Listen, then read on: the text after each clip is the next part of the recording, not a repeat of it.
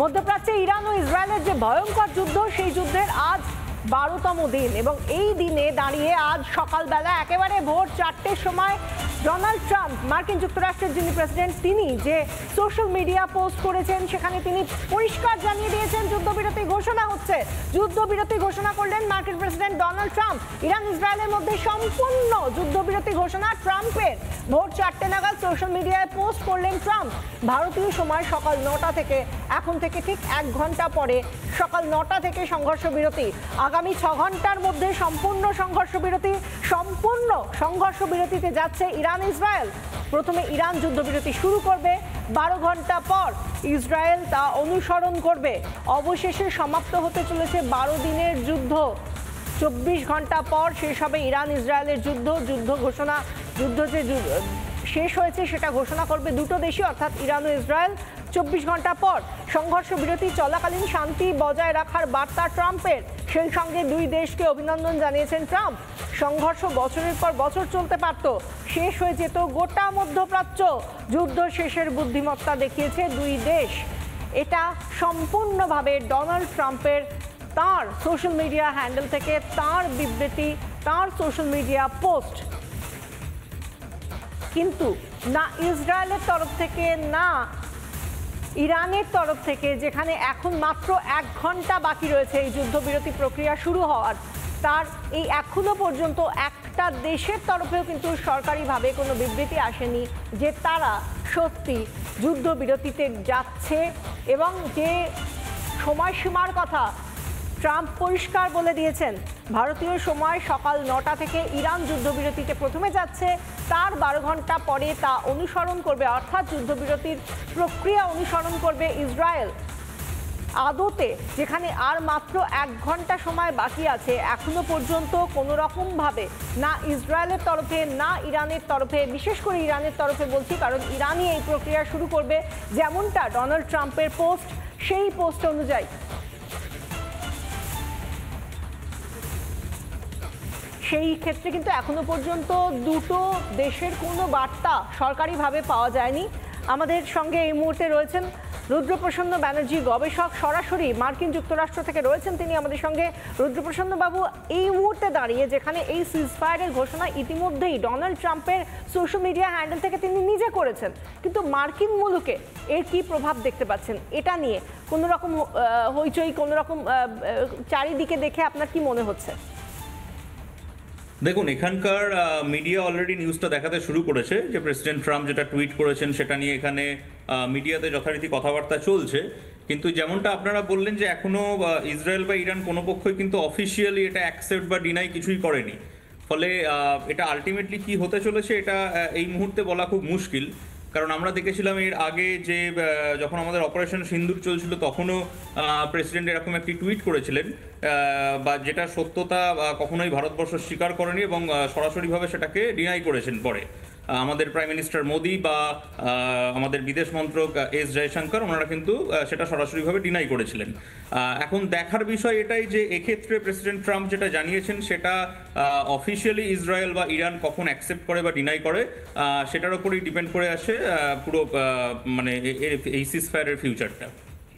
দেখুন, একটা বিষয় কিন্তু অত্যন্ত পরিষ্কার, এর আগে আপনি যখন অপারেশন সিঁদুরের কথা বলছেন, ট্রাম্প দাবি করেছিলেন যে তার মধ্যস্থতায় ভারত এবং পাকিস্তান যুদ্ধবিরতি ঘোষণা করেছে, কিন্তু যুদ্ধবিরতিটা দুদেশই ঘোষণা করেছিল, তিনি মধ্যস্থতা করেছেন বা করেননি সেটা পরবর্তীতে পরিষ্কার হয়ে গিয়েছিল। কিন্তু এখন যখন তিনি নিজে বলছেন যে যুদ্ধবিরতিতে যাচ্ছে ইরান ইসরায়েল, ইরানের সর্বোচ্চ নেতা খামেনি তিনি বলছেন ইরান আত্মসমর্পণ করবে না।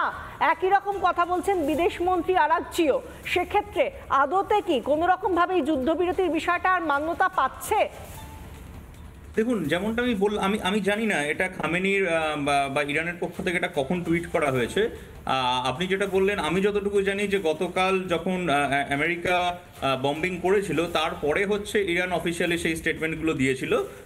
কিন্তু যে সময় ট্রাম্প যখন সোশ্যাল মিডিয়া হ্যান্ডেলে পোস্ট করেছেন যে সিজফায়ার হচ্ছে, তার কিছুক্ষণ পরে খামেনি, ইরানের সর্বোচ্চ নেতা, তিনি বলেছেন ইরান আত্মসমর্পণ করবে না। কিন্তু কোথাও এটা বলেননি যে সিজফায়ারে যাচ্ছে কি যাচ্ছে না, তিনি বলেছেন ইরান আত্মসমর্পণ করবে না। এটার মিনিং অনেকভাবে ইন্টারপ্রিট করা যেতে পারে। আত্মসমর্পণ করবে না আর সিজফায়ার দুটো সম্পূর্ণ আলাদা জিনিস। এখন বেসিক্যালি যেটা প্রথম থেকেই বলে আসা হচ্ছিল ইসরায়েলের পক্ষ থেকে, যে একটা রেজিম চেঞ্জ করা দরকার, যেটা ইসরায়েল চাইছিল। কারণ এবং আপনি যদি একটু ভালো করে দেখেন, আজকে আমেরিকার বুকে কিন্তু প্রায় 11% ডাক্তাররা হচ্ছে ইরানিয়ান, এখানে প্রায় 3% ইঞ্জিনিয়ার হচ্ছে ইরানিয়ান, এবং এখানকার ইরানিয়ান কমিউনিটি কিন্তু যথেষ্ট স্ট্রং আমেরিকাতে, কিন্তু তারাও আমেরিকার এই স্টেপসের এগেনস্টে কিন্তু কোনোরকম কোনো প্রতিবাদ করেনি। আপনারা হয়তো অনেকেই জানেন যে 1989 সালে হঠাৎ করে ইরানের মহিলাদেরকে বলা হয়েছিল আজ থেকে তোমরা বোরখা পরতে শুরু করো। যেমন আশঙ্কাটা আমরা করছি পশ্চিমবঙ্গে হয়তো আগামী দিন মানে যেভাবে আমাদের মুর্শিদাবাদ বলুন বা শামসেরগঞ্জ বা এই সমস্ত ঘটনাগুলো ঘটছে, হয়তো আগামীকাল কেউ এসে হিন্দু পরিবারগুলোকে বলতে পারে যে অনেক হলো আমাদের শাড়ি চুড়িদার, এবার পরো আজ থেকে বোরখা। তো এইরকমভাবেই 1989 সালে ইরানের মহিলাদেরকে বোরখা পরতে বলা হয়েছিল। সেটার প্রতিবাদ কিন্তু ইরানের মহিলারা করেছিলেন। আলটিমেটলি 2022 সালে এসে বোরখা খুলে তারা প্রকাশ্যে জ্বালিয়ে দিয়েছিলেন এবং গোটা ইরান জুড়ে তার প্রতিবাদ হয়েছিল। এবং সেখানেও কিন্তু ইরানের এই ডিক্টেটরশিপ কিন্তু ইরানে তাদের সেই প্রতিবাদটাকে মানে পিষে ফেলতে চেয়েছিল। ফলে ইরানের নিজের ইন্টারনাল অবস্থাও কিন্তু খুব জটিল, যে এখানে কীরকমভাবে তাদের নাগরিকরা কীরকম আছে বা তাদের নাগরিকরা কী চাইছে, এই বিষয়ে কিন্তু কোনো রকমভাবে কোনো তথ্য এখনো আমরা জানি না। তো ইরানের সেই রকম একটি ডিক্টেটর টুইট করে বলছেন আত্মসমর্পণ করবেন না, সেটার মানে কি বলতে চাইছেন সেটা উনিই বলতে পারেন। একদিকে তিনি যেরকম বলছেন আত্মসমর্পণ করবেন না, আবার আরাকচি যিনি ইরানের বিদেশ মন্ত্রী তিনি বলছেন এই ধরনের কোনো সত্যতা নেই, এরকম কথা বলছেন। কিন্তু কোথাও গিয়ে একদম স্পষ্ট করে ইরান সিজফায়ারে যাচ্ছে কি যাচ্ছে না সেটা নিয়ে সরকারিভাবে এখনো পর্যন্ত কোনো বিবৃতি নেই। আমার মনে হয় আমাদের আরো কিছুক্ষণ ওয়েট করা উচিত, তাহলেই আমাদের কাছে আরো বিষয়টা ক্লিয়ার হবে যে আলটিমেটলি কি হতে চলেছে। কিন্তু একটা বিষয় আমি একটু উল্লেখ করব, যে প্রেসিডেন্ট ট্রাম্পের টুইটে কিন্তু উনি পরিষ্কার করে বলেছেন যে ইরান সিজফায়ার শুরু করবে। তো এখন দেখা যাক সেই জিনিসটা কতটা হয়, কারণ ইরান সিজফায়ার শুরু করার 12 ঘন্টা পর থেকে ইসরায়েলও সেটাকে ফলো করবে, এরকমটাই উনি বলতে চেয়েছেন বলে আমার মনে হয়েছে টুইটটা করে। তো এখন দেখা যাক সেটা কতটা কি হয়। আর সেই সঙ্গে আরেকটা বিষয় যেটা যদি আমরা দেখি, তাহলে যেভাবে গত রাতে আমরা দেখলাম সর্বোচ্চ অ্যাক্সিলারেশনে পৌঁছলো বা আগ্রাসনের একেবারে সর্বোচ্চ উচ্চতায় এখনো পর্যন্ত যুদ্ধের যা পরিস্থিতি, তাতে করে গত রাতে আমরা সেই আগ্রাসনটা সব থেকে বেশি করে দেখেছি। তার কয়েক ঘন্টার মধ্যেই মার্কিন যুক্তরাষ্ট্রের প্রেসিডেন্টের এই পোস্ট এবং তারপর যুদ্ধবিরতির ঘোষণা, এটাকে কিভাবে দেখছেন? দেখুন কিছুটা দেখুন, আমাদের মানে আমি আবারও বলছি, যেহেতু অপারেশন সিন্দুর জাস্ট কিছুদিন আগেই ঘটেছে, ফলে তার মেমোরিজ আমাদের সকলের কাছেই খুব মানে ভালোভাবে রয়েছে।